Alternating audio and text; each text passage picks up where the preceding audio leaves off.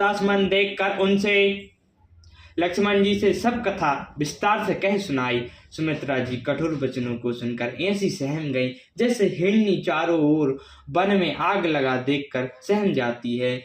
लक्ष्मण ने देखा कि आज अनर्थ हुआ, यह स्नेह बस काम बिगाड़ देगी, इसलिए वे विदा मांगते हुए डर के मारे चाहते हैं कि हे विधाता, माता साथ जाने को कहेगी या नहीं।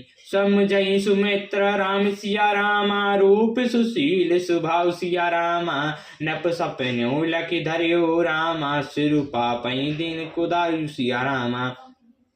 सुमित्रा जी ने श्री राम जी और सीता जी के रूप, सुंदरशील और स्वभाव को समझकर और उन पर राजा का प्रेम देखकर अपना सिर धुना और कहा कि पापनी कैकेयी ने बुरी तरह घात लगाया। धरो धीरजु धरो कु अवसरु जानी, सहज सुहृदय बोली मृदुबानी, तात तुम्हारी मातु बेदही, पिता राम सब बाती सनेही, अबत जहाँ ता राम निवासु, तजहीं दिवसु जहाँ भानु प्रकाशु, जो पैसिया राम बन जाही, अवध तुम्हारे काजु कछु नाही। परंतु कुछ समय जानकर धैर्य धारण किया और स्वभाव से ही हित चाहने वाली सुमित्रा जी कोमल वाणी से बोली, हे तात, जानकी जी तुम्हारी माता हैं और सब प्रकार से स्नेह करने वाले श्री रामचंद्र जी तुम्हारे पिता हैं। जहाँ श्री रामचंद्र जी का निवास हो वही अयोध्या है, जहाँ सूर्य का प्रकाश हो वही दिन है। ये निश्चित ही सीताराम वन को जाते हैं तो अयोध्या में तुम्हारा कुछ भी काम नहीं है।